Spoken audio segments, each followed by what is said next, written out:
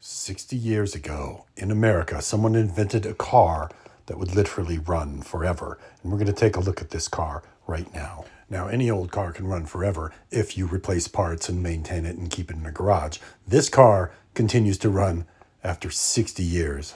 Being abused, parked outside in Colorado winters, in Colorado summers, and just barely minimally maintained. This is the 1965 Plymouth Valiant 100.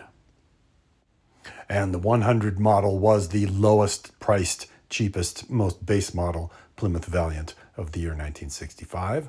A four-door sedan with a nice big trunk there. Originally from Colorado Springs, Colorado, so local car. And we've just driven it around and done the absolute minimum amount of maintenance to keep it working.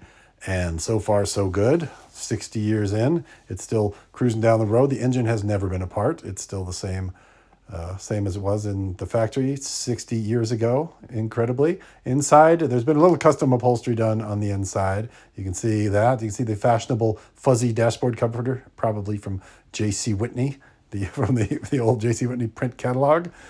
The dome light still works. The headliner has been removed for your safety.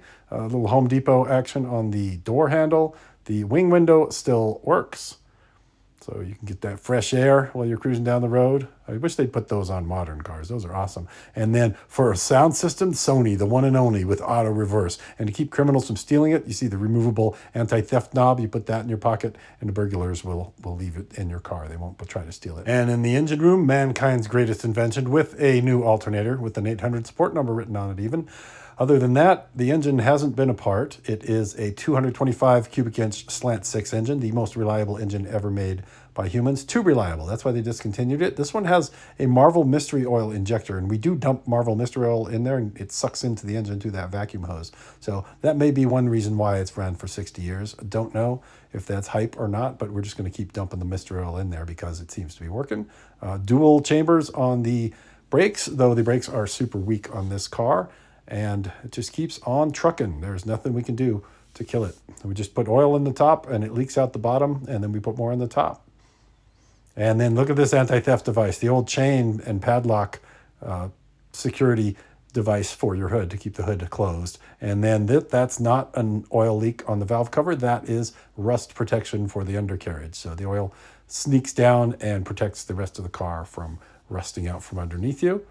And on the exterior driver's side, we have this protective layer of pine sap and even a bonus pine needle there that keeps it from rusting there. You can see how it's protecting and stopping the rust there. But unfortunately, the pine tree doesn't reach the entirety of the car. So on the passenger side, we're getting a lot of rust. Maybe we need to park it the other way around for the next 60 years. And the pine needles have conveniently inserted themselves into the ventilation system. So in the summertime at 60 miles an hour, you open up this box to cool yourself off and get blasted in the ankles with fresh, crusty pine needles.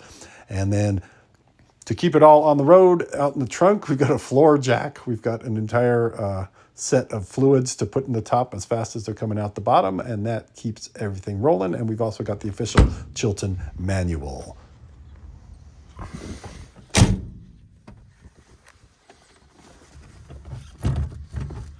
That should do it.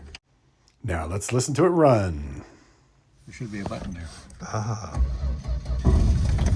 Oh, let's go.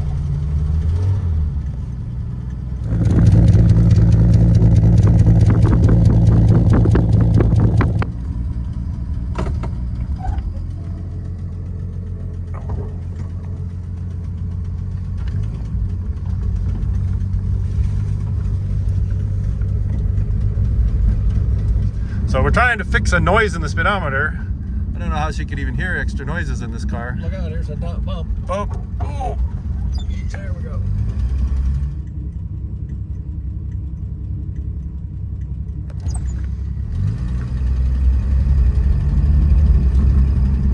See, we got differential noises too.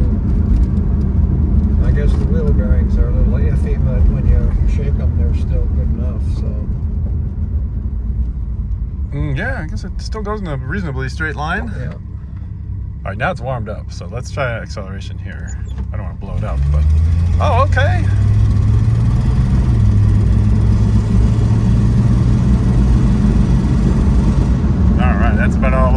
residential street. Okay. There's a bump down there. Oh, we're gonna. Yeah, there's a dip in the road.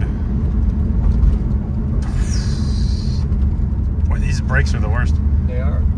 They were always that way. I don't know what Chrysler did. They didn't do a good job. I'll say that for them. I don't know how you could sell them unless everybody else's brakes were just as awful, or they were trying to upsell you to better brakes. Maybe. Hydraulics. I think does this have drums all the way the around? car is too heavy. What they did is they put a 9-inch, but it's wider in the front rather than going to 10-inch drums in the front. The Barracuda went to 10-inch drums in the front, but these guys being cheap, this is the cheapest, it's the 100, so it's the cheap one. They had the 9-inch all the way around, and the back brakes are kind of a joke. I mean, most of your braking way these things run is in the front end. So go up there so I can do the gearing up. Yeah, I don't remember the Barracuda. I remember the Barracuda having bad brakes, but not like this. I could still stop. These are the worst. Yeah. And that is the most reliable car ever made.